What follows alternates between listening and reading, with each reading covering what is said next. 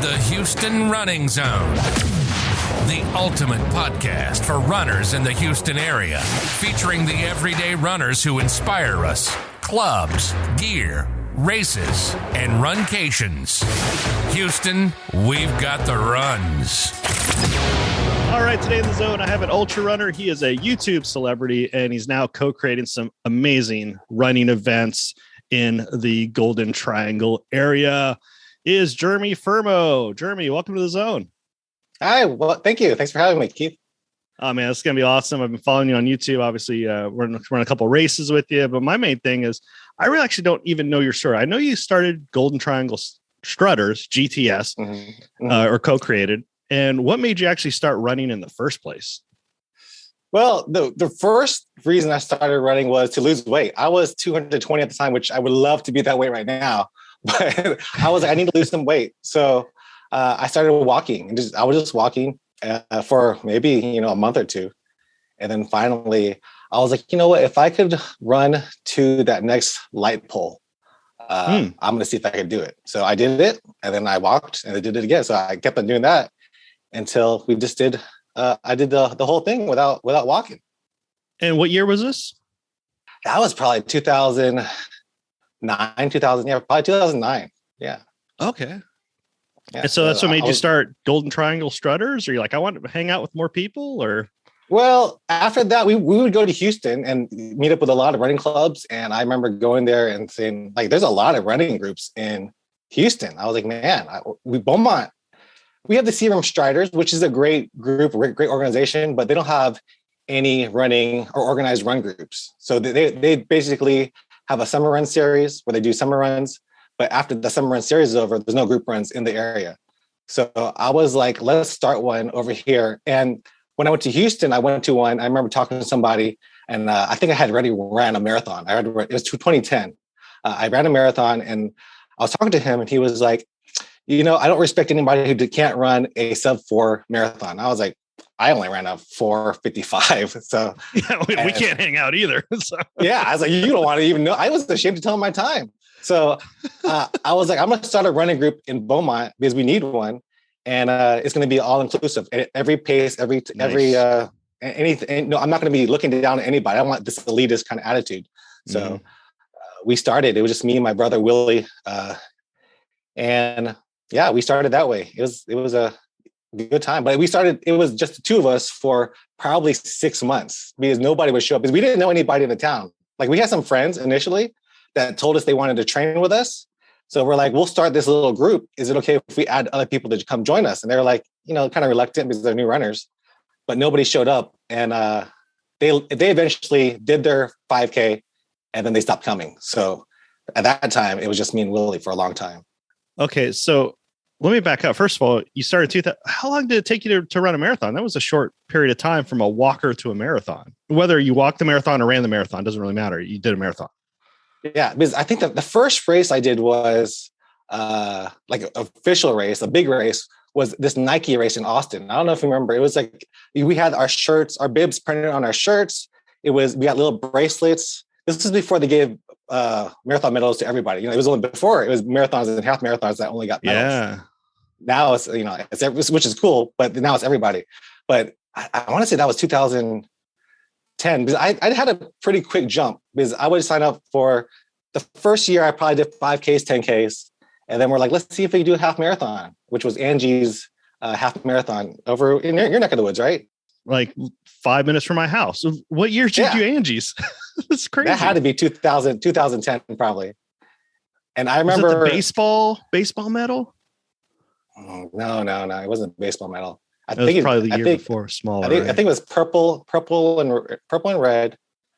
But I remember doing that race, and I got to mile 10, and I struggled through the whole thing for the rest of it, and I could not walk back to the car. I was like, Willie, you have to drive the car to over here because I cannot walk anymore. And yeah. Yeah. And put in perspective, that's where it started, the university. So it's literally like an eighth of a mile to walk. Yeah. It wasn't that far to the parking lot. No. Yeah. Okay. I was struggling. I was like, there's no way I can do a marathon. And then I think the first marathon was 2010 for the Houston Marathon. Yeah. Wow. 2010. Okay. That was a quick jump. 458. Exactly. Yeah. Pretty quick jump. But each time the jump was like, I don't know if I could do the next distance, but I was able to do it. And that's the great thing about running. Like I met somebody at the Houston Marathon who I talked to, was actually from Vider, where I'm from, but I don't know him.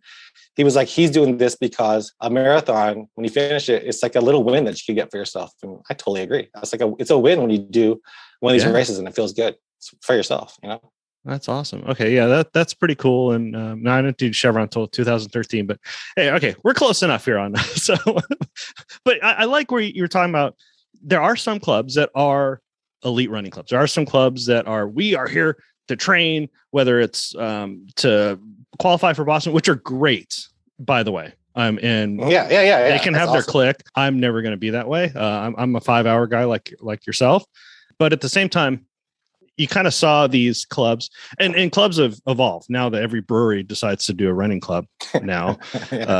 So he basically said, I want to be all inclusive. How did you get the word out? Obviously you didn't do a really good job at the beginning, but how did you get the word out to you didn't know anybody? Basically, we were like early social media kind of people. We would post on Facebook. And that's all we had. We had a Facebook group, and I would find like odd, like like meeting stuff. Like you would put your run on there and try to put it on there. But basically, Facebook. Once we started getting people, tagging people was really helpful, and just posting lots of memes on Facebook early on will get people to like it. But people knew about our group; they just never showed up until 1 or 2 people showed up, and then 3, 4, 5. The largest group we've had now is over 100. So we've had a lot of people, run with us. And I like how you're doing where you're showing photos so people know, like, hey, it's not just a bunch of shirtless dudes, like all shape sizes. And obviously, the majority of people that run races are women, which I love because nobody wants to hang out with a bunch of dudes. So, yeah, actually, when we were like, I told you, we would wait 15 minutes for people to show up. Because our run would be like at, let's say 5:30, and I would say, let's wait another 15 minutes until people show up because maybe they'll show up. But a lot of times nobody did. But sometimes it would be somebody in the parking lot, like it would be a female, and I'll go up to them like, "Are you here for the Golden Triangle Shredder Run?" They're like, "Oh, no, not really. But I have a boyfriend." I was like, "I'm not trying to hit on you. I just want you to run with us." We had a white panel van. It was weird. Okay. Yeah.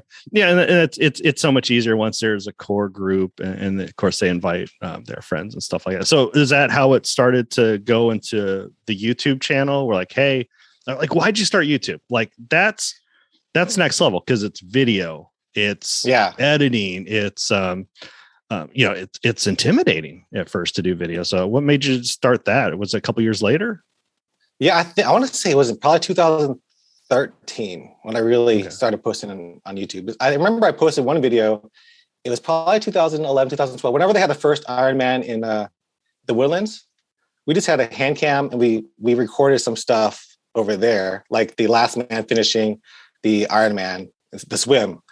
And it actually got a lot of views on YouTube. Like we were like, wow. But I didn't do anything with that. I just left it there. And then 2013, my brother who lives here, he got me a GoPro Hero 2, old GoPro. Yeah. And I was like, well, what am I going to do with this? I don't mountain bike. I don't skydive. That's all it was. So I was like, all I do is run. So I started doing, just putting some running videos on YouTube. First, it was no face because, a lot of times you don't want to show your face on video. So it's just your voice. And then, I started doing that, just filming using my GoPro and started doing races. Now I do everything under the sun, but I just used to show two or three videos a month when I would just do a big race. And I wouldn't even do 5Ks. I would just only do half marathons and marathons that's what I would film. So where'd the name Goku come from? Like what's up with the name?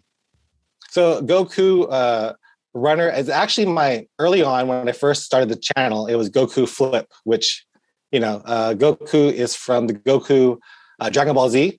It's this anime. I don't even know a lot about the anime because it was our basketball team in college. We had an intramurals basketball team. that was Dragon Ballers. So with a RS or RZ, whatever. But I got you. Yeah. But the characters, the main character was Goku. And we got to pick our name in the back of our shirts. And I always put Goku Flip. Flip is for Filipino because I'm Filipino American. And I would always have Goku Flip. So that's where that came from. But fast forward a few years later on YouTube, I was like, I need to, have my name signify what I do here on YouTube. So I took out the flip, put runner. So there's Goku Runner. Hey, keep the flip. I'm half flip. You know that, right?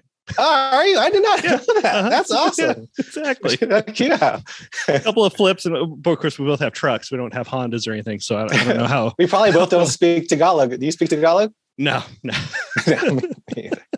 I can barely speak Spanish. I've lived in Texas since I was 5. You figure like something, no, that's going to rub off. I have to immerse myself there. Okay, cool. Yeah. Well, we're all related anyways. You're probably my cousin from, so probably. If not, we just call everybody cousins. So that's good. So that's okay. So you have, you already have the name. So you love the name and everything. And I mean, did you start it just to recruit for GTS or just, hey, I love editing and I want to start doing videos, or what was the goal? Or you just thought it was fun because you have a GoPro now? Yeah, basically it was just for myself. I enjoy the editing, and my early edits were horrible if I watch them back now. But I just did it for myself because I like to watch my own. I'm my own biggest fan. I like to say that to myself. And I think if you are doing anything, your podcast or YouTube, you need to be your own biggest fan in order to want to keep doing it. Because you're not going to keep doing these podcasts if you don't love doing it. And that's what I was doing. I was posting those videos basically for myself. And if people watched it, and nobody was watching my videos really. I would get like 20 views, and I would be happy. So I did it for myself. And I just kept posting, and now I'm not huge, but I'm pretty good on YouTube. I think so. Yeah. Well, I think it's more like it's almost like a video diary. Yeah, exactly. With free uploads. So yeah, that was the coolest thing. And I just learned to edit. Like back in the day, my computer would not edit fast at all. It was the choppiest thing to edit. It would take me hours to edit one video, and I wouldn't be able to see the full thing until I upload it into YouTube because my computer was so slow back in the day that it wouldn't allow me to edit correctly. So I would edit by sound almost, because you could hear the sound, but you couldn't see the videos. It was a crazy process, but now it's a lot better. Yeah, I think any editing or any video back in the day, like maybe like a PowerPoint, what do you call them? Transition would be cool for YouTube. Yeah. But now, you're rocking it. Now you have this 360 camera. Like, how does that work? Does it take it and then you choose which angle you want to show, or how does that thing work? It's crazy. I love that thing. Yeah, the 360 camera, I got that maybe two years ago. Again, the same brother. He's buying me, John, my oldest brother. He's buying me awesome gifts for Christmas. So he got me the 360 camera, and basically it's a camera that has a lens on one over here and over there.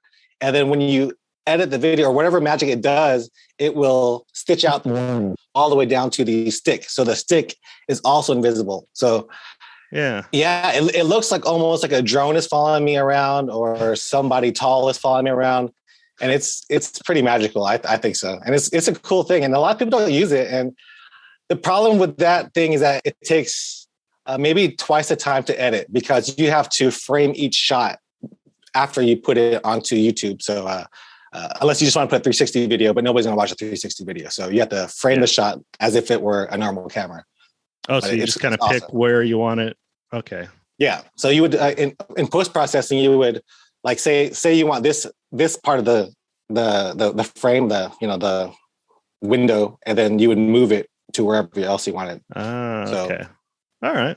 So instead of 360 video, you're basically making it a regular camera, but you have to do all the work post-process.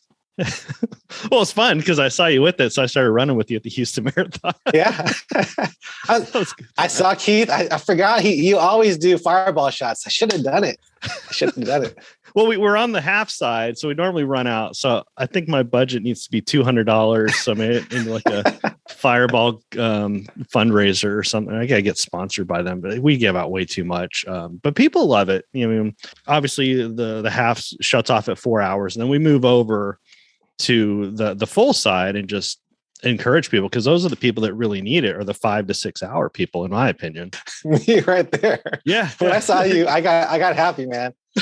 I started dancing. I was like, oh, I know him. I'm going to start shaking it out, do whatever I could. Yeah. Oh my goodness. All right. So, okay. Speaking of ceremony, so you had this TikTok just go crazy. Like, I can't even understand TikTok, because as far as, you know, algorithms, fancy word for math, but I mean, I don't know how, like, all of a sudden people like hitting it, thumbs up in it, because they've watched the entire video and didn't scroll through. That's how they're starting to promote it. Or do you have any idea how that's working? Yeah, I have no idea how TikTok or Reels, but that's a new thing. Like TikTok and Reels, like short format video, which isn't the things that I do. I usually do videos that are almost 20 minutes long a lot of times. So like my latest Houston Marathon video, I think was 28 minutes. So TikTok short format video, I decided, you know what, maybe they'll like this video if I put up a what I ate and drank during the Houston Marathon. And I just edited out that same video that I post on YouTube, which got maybe 1,000 views. And then I put everything I ate and drank. And now it's at 2.6 million views, which blew my mind. I was like, what in the world? Yeah, that's crazy. And it's pretty wild. I'm like, I wonder how much money I would get if I was monetized on YouTube with 2.6 million. If you got 2.6 million views on YouTube, you're talking like $20,000 or $40,000. But what I found out in TikTok, they have a creators fund, so it's not due to advertisers. So I would get $80. Okay, which is still good. I mean, but 2.7 million people watched the video. That's mind blowing to me. It's like, all my years on YouTube, which I've been on YouTube for 10 years, I've had 1.4 million views for all my videos. That's over 1,000 videos. Yeah. And then on TikTok, that one video got twice the views as my whole YouTube channel, which is just crazy. It is. But people on YouTube, I'm assuming they're more serious, because you're committing 10 to 20 minutes of your time, whether you watch it in 1.5 speed or whatever. So to me, like, I would much rather have like YouTube, where it's very focused, kind of like podcasts, it's very focused. And these people, they're going to follow you for years, because they like your YouTube videos. And I'll put links to all your YouTubes and everything. Of course, it's you being you. You're not trying to physically hurt yourself by doing crazy stuff, which is cool. So, I mean, you're just being yourself, and people are like, hey, I can bond with this person. Yeah, for sure. I think it's just me being myself. And like you do all your podcasts, and I've seen your interviews with other people where you say every runner has a story, and that's the same thing. I have my own story, and you may not think you're interesting, but everybody has an interesting story if you can document it, really. And I'm just being myself. I'm a larger than your average runner. I'm 245 pounds, and people would not assume that I run. I remember I went to a Camp Gladiator event. And they were like, what do you do for fitness? I was like, oh, I'm a runner. And they're like, well, you must do some weightlifting too. I was like, oh yeah, I do that too. But I consider myself a runner. I consider myself a runner first. And I think that's the story that I want to show, that you don't have to be the prototypical runner's body or the speed of what you think like these fast marathoners are to be a runner. Anybody can be a runner, really. So that's what I want to show on my channel.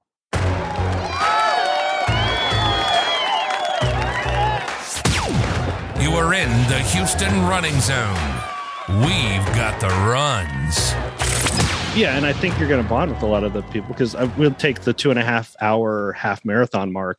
50% of the people are faster. 50% aren't as fast as 2:30, and that's a huge demographic for people that say, "Hey, I want to be a half marathon runner." So, well, let's back up. So, what made you decide to run a half marathon or a full marathon?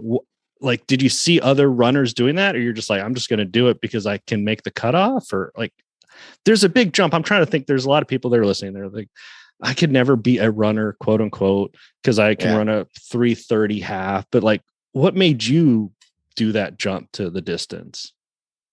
I think it was just the progression. Like we started off doing 5Ks, and then we were doing a lot of 10Ks, and we're like, what's next? And at that time, like I said, back in the day, you didn't get a medal unless you did the half marathon or a marathon. So really, I'm a bling chaser. I wanted that half marathon to get the medal. I wanted the medal, and that meant a lot of things. So the Angie's half marathon, I was like, I'm going to do it, and I'm going to get my medal. So that's basically why I did it. Yeah, to look back now. When I first started, it was all about the medal. But now I haven't done a non-relay race since December 19. But at the same time, like, you never know. Like, this person could have got out of a bad relationship. This person could have lost a bunch of weight. This could be their first 5K. Give them a medal. I don't care. Yeah. And also that feeling when you finish a race, it's even more glorious the tougher it is. That's why I'm trying to, like, I moved on to ultra marathons. Although I'm still not fast, that whole journey of going 50 miles, it's glorious when you finish it and you're able to rest. So, yeah. Now, are some of your favorite ultras with trail racing over Texas? I know I've seen you a lot of those. Okay. Obviously he does, Rob and Rachel both do some amazing swag. So what are some of your favorite swag items? Like, because you've done how many races you've done? 150, I'm thinking. I haven't counted. I would say 150 to 200. I don't know. Okay. So, yeah. Because if I've done over 100, you've done way over 150. So, yeah. I used to race a lot more, but I don't do it as much. But yeah, back early on. Yeah, probably 150 to 200, I would assume. But my favorite swag, I used to like the shirts, but now after doing so many, it's like, like the shirt almost doesn't matter. I do like the medal still, but like you, I don't hang them up in it. I mean, I have a medal hanger. I just toss them up on there. Because I remember I was like, one day this whole medal rack is going to be full of medals. And now I have 3 or 4 medal racks. But I like I like it when people give buffs. Buffs are some of my favorite ones to get because they're so universal. You can use them as anything you want. I always look at the bling. I know there's a Ragnar race that has a multifunctional tool as their medal, which I kind of want just to get it because I love multifunction. I don't know what it is about Swiss Army knives and me, or I'm assuming all men love those things. It's like I don't know. You're just like playing. Yeah. So yeah, anything like that. Well, the reason I ask is obviously you want to get some ideas for your race company coming up. You just started 3 Bros Racing, and you're just doing this because you want to bring, what was it? Big city races to small towns. What was the tag? Yeah. Big city racing to small towns. 3 Bros Running company. So 3 Bros Running. Okay. And so we wanted to start that because in our area in Beaumont, it's a pretty big area. I think my brother, we were looking at statistics because we didn't just plan this overnight. Like we've been looking at this for over 6 months already. So we started this back in the day when they were like, Jeremy, you want to start this company with us? And I was like, okay, let's do it. It sounds like a thing that our area needs it. And I think there was like 500,000 people in our area alone, like Beaumont, the Golden Triangle area. So there's a lot of people. And there's not a big racing series because Houston has that Houston Run Series where they have, races everywhere, right? I mean, there's a bunch of them. The reason I was thinking is because, it's Run Houston, which are 5 races. Now, it's been bought and sold a couple of times, so I'm not saying it's good or bad, but the original owners, 2 of them, Aaron and Tony runs or race directs the world's largest kids try in Katy. So good plug for Tony, really nice guy. But at the same time, his viewpoint was a little bit different, but I think the same, because he was saying he wanted to give runners a chance to run in different parts of town that they would normally not visit. Yeah, so I'm thinking for your running company, it's cool to bring good races to the local community, but at the same time, it could be people that are in the Triangle area, let alone Houston. They're like, hey, I've never been to this small town. There's some hidden gems. There's hidden restaurants, museums. So maybe it's both ways, I'm thinking. Yeah, exactly. And that's what we want to do. We want to showcase each city that we go to. Like for instance, we're going to have, I haven't announced it yet, but we're going to have our first race in Orange. It's going to be in Orange, Texas. And a lot of people don't really know about Orange, Texas. And there's a lot of cool things you could do over there. And we're going to showcase the restaurants. We're going to showcase what you can do. You can go airboating. There's a lot of historic houses over there. So we want to showcase all of that. And that's what we're going to bring to each city. We're almost a racing company. Plus we're going to be your marketing company also. Like we're your marketing for your city. So we're marketing your city for you by throwing races in your town. And I think that's what's going to draw people to the race and also to the city. And we're also bringing a lot of social media because, I have my YouTube channel. So we started the Three Bros Running YouTube channel. And I think if people have a story to follow, they're going to be more likely to want to do your race or support you. Yeah, because you normally not stop in town. Okay, just happen to be getting gas at the time to go to Louisiana or either way. But there's so many, like you guys were at a museum that I've never heard of, and I've been to Beaumont a dozen times easely. Yeah, stopped and stayed. Okay. Yeah, and I've never been there either, which was pretty amazing. So it's cool for me to see all these little, small gems and to promote it too on the channel. So, we're excited. We're excited what we're going to bring to every little city that we go around. And I know it's hard when you first start, but eventually you're going to have like different swag items and things, or you can do like trot where they carry the same swag. So sometimes you can't make that race. You can choose your swag. I mean, there's so many different options, but so what are your must for your racing company? Because obviously you've done you've done some good races. You've done some horrible races where you're like, wow, why did I pay that much for that race? But what are some of the, I know races and I want to make sure that at least a couple of these things happen. Like, so what is your goal for your series, or I just call it a series, but for your company? So what we want to, like I said, we want to have everybody to have fun. So we want the full racing experience. So for instance, if we went to the Houston Marathon, we kind of want the same thing over there where you get there, you build the excitement. There's music at the beginning. There's, the lineups and free swag and warm up and all that. And then during the race, we want, chip timing. We want for sure we want chip timing because runners love chip timing. If there's not chip timing on a race, a lot of runners won't want to do it. And then we want the big start line announcer. Maybe we get John Walk to come out and announce one of our races.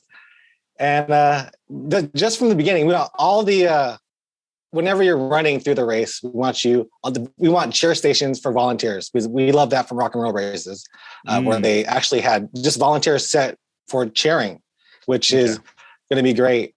And basically the whole experience from beginning to end, we want that. And then at the end, you want to have food, some kind of food more than just water. So we want you to have, because it's fun to get free swag. Everybody loves free swag, especially at the end of a race. You're going to get, like the Angie's one. There was free barbecue at the end of the race, and they gave you a to-go box to take home stuff as well. So we want to bring all of our fun stuff that we ran when we did races to our races too. So I don't know. I didn't talk about everything, but you get the gist that we want the whole experience from all the good races that we've done.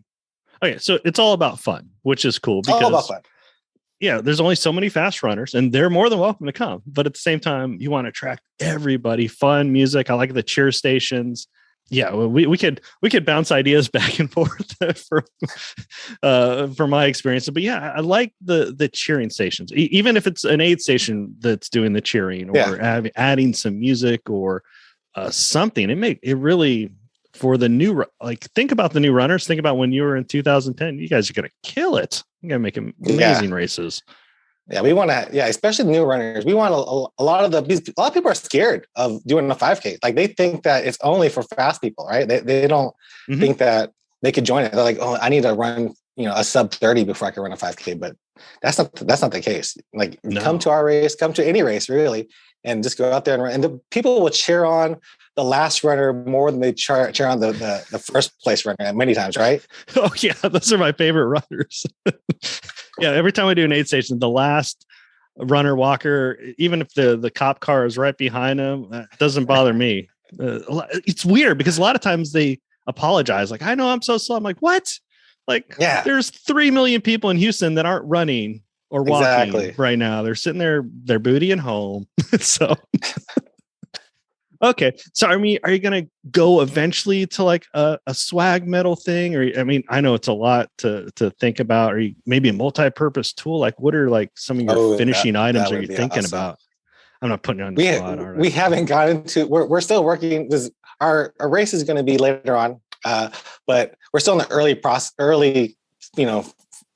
part of forming the race. So we're still working on a lot of things. Hopefully we're going to announce in February, but yeah, we're working with a metal company. We don't know what we're going to have exactly. I would like the spinny stuffs on the metals are always fun, little spinny ones. But this one's going to be fun. I think our first race is going to be, it's going to be a good one because we have a lot of stuff planned and I can't announce it just yet because the other two bros are going to get pissed off at me. Yeah. Well, to get updates, they should be following the YouTube channel, Three Bros. Also, put a link to obviously Goku, Gold GTS. I obviously have a Facebook page for that one. Is that the best way for GTS who happen to be happen to live in the area, happen to be running through the area, or want to go for a run? You guys are on Mondays, I believe, is your weekly Mondays run? And Wednesdays right now. Yeah, I actually gave up the leadership role of the club right before pandemic started, which actually killed our club, but. Chris is the one who's doing a lot of the stuff. I still have my hands in it, so you'll see me a lot. Yeah, that's cool. Yeah, after a couple of years, it does. You need fresh ideas. Yeah, that's exactly why I wanted to do it, because I was like, we need more blood, and we want more people to care about it than just me and my brother. We want more people to really love the group, and yeah. So yeah, follow us at threebrosrunning.com. And then we're also on all the socials, Three Bros Running. So you can check us out over there. And on TikTok, follow my TikTok. I have 2.6 million. I actually put Goku_runner. So you'll find me if you see it. So it's pretty cool. It makes it easier to read when you have the underscore. A pain to type, but easier to read. And you did Three Bros because Brothers was just kind of too corporate-y boring, or what's up with the Bros? I think it was just easier for, we thought that when you type it out, Three Bros is just easier to type than Three Brothers. So that's what we did. But then you said you hate being called a bro before that? Yeah. I remember my girlfriend, she kept on calling me, oh, you're a bro, Jim Bro. I was like, don't call me bro. I'm not a bro. So now I'm a bro. Well, it's a big commitment. You got to turn your hat around. It's a big commitment to be a bro. There you go. Well, we definitely need to bounce some ideas back. I definitely want you to get back to your family. I have taken enough of your time. But before I let you go, we got 3 more questions. Call it the lightning round. You ready, Jeremy? I'm ready. All right. Question number 1. What would be your dream race? Anywhere, any place. Could be a race. Could make your own race. Where would be a location of your dream race? For my dream race, to just attend? Did you say? Race, attend, direct, whatever you want. Probably somewhere tropical, and then I wouldn't want it on the sand. I would want it on a bridge. So it's tropical and on a bridge, kind of like the bridge series over here in Galveston and over there. So yeah, a tropical place with maybe Hawaii over a bridge, so you get the water the whole way. All right, nice. Cool. Yeah, but hearing that. Water, it's going to make you want to. We had a lot of porta potties because running water, I'm telling you. Okay, back to question number 2. If you could run with anybody, famous, not famous, alive or past, who would it be? I would just want to run with my girlfriend, Ana Garcia. I would just want to run with her. So I enjoy running with her all the time. So as long as she's running with me, she'll be pacing me for my 100K this weekend. So I'll be running with her there. Wait, where you go? Where's your 100K? It's at Rocky Raccoon. I'm doing my second attempt at 100K because I DNF'd my first 100K. Okay, so there's a lot of sand. Well, not a lot, but there's some sand in that one, right? Still, I know they change the course every once in a while. It's gonna rain all next week, so it's gonna be muddy. I ran Rocky Raccoon a few times, so I know it's gonna be pretty muddy. So that's something to look forward to. And it's gonna be cold. It's gonna be like 27 degrees or something to start. Well, all the cold weather that was supposed to be in November, December, it's all kicking our butts here in January. Yeah, it's coming. Now early February. All right, cool. Well, yeah, I'll follow you. Let's see. The 100K is on a Saturday. Is that correct? Starts on the Saturday. Okay, cool. Let me check that Starts out. on Saturday. Yeah, I'll be there. There's a guy called Nick Bear. I don't know if you heard of him, but he's a pretty big businessman and also a YouTuber. And he's doing the 100-miler. So I'm actually competing against him. Who's going to finish first? He's doing the 100-miler. I'm doing the 100K. And we'll see who wins. So I think I can beat him. All right, cool. Yeah, I did see that video. All right, cool. All right. And the last one, third one. What is your favorite after race food and or beverage? You can't beat a burger and fries. And I'm not a big drinker. So Dr. Pepper, for sure. So a big juicy burger, fries, and Dr. Pepper. You know, as much as I love the post-race beer, honestly, like maybe it's a Texas thing, but I won't drink a Coke, but I'll drink a Dr. Pepper. I don't even have Dr. Pepper in my house, but Dr. Pepper after a race, I don't know what is it? What is it? Is it? I don't know. Maybe this is we Texans, through and through. We need it. It's in our blood, and we need it in our blood. Yeah, I like. You don't even have it. I don't have any soda in the house, but Dr. Pepper after race, like I'll pound 2 and burp. I don't care. It's delicious. So you're half Filipino, half Mexican. Is that what you said? Half white. Oh, okay. Mm-hmm. So I was gonna say my girlfriend is Mexican, so she made me a Coke addict. So I actually do like Coke. Okay. she loves Coke. Yeah. Coca-Cola. I can tease her. She made me a Coke addict. Well, that sounds well. Hopefully, I'll see you guys. Hey, my brother's doing it. He's doing it too. He might need a pacer for just the last 12 miles of his 100K. So maybe in the middle, because when I pace people at the end, it never ends well. So, but I love pace. Actually, you know what? Have you ever thought about pacing like a half marathon or somebody? I actually will be pacing the Woodlands 6-hour group this coming February, I think. Yeah. So, have you ever paced a big group before? I paced the Woodlands 5:30 a few years back. Cool. Yeah, we got to talk about. But there wasn't a big group with me. Well, you know what? That's true. But at the same time, they can visually see you, and I think that's probably the one of the best things to get back. And if you ever want a pace Galveston, they're always looking for pacers. I paced that one for 5 years. That was probably one of my favorite things ever because you're by the water the entire time. I heard that's a tough one. I remember one year it was super windy and rainy or something. I think it's either windy or it's hot or it's super cold. But think about pacing the half. You can pace anything. Yeah, sure. Let me know. I love to do it as long as they let me bring my Insta360 camera. Yeah. Just attach it to the pace pole. Why not? I don't see the problem here. All right, cool. Well, yeah, appreciate it, Jeremy, and I'll definitely have you back on, especially once you get your first race coming up in Orange, Texas. Make sure to follow Three Brothers Running Company. Is that correct? Yeah, three bros. Three bros. Company. We had a whole discussion. I get it confused too. Yeah, either way. Hey, congrats to you too on your podcast. I remember I was mowing my lawn one day and I was like, let me listen to a podcast, and I was like, I forgot about yours, and I was like, running podcast Texas. The first one popped up was you. So I was like, holy moly, I know this dude. I listened to a few of your stories and they've been great. And I was like, I don't know if I can follow some of these stories because I'm like crying over here listening to some of the stories where they're running for charities or whatever. And I'm like, man, it's going to be awesome. And I know you wanted me on this podcast for a while, and I'm finally here. So I finally did it. So I could have whipped out the flip card, Well, congrats to you on your podcast. Oh, no, we're having a good time. And look forward to having you back on as well. So thanks again, Jeremy. You're welcome.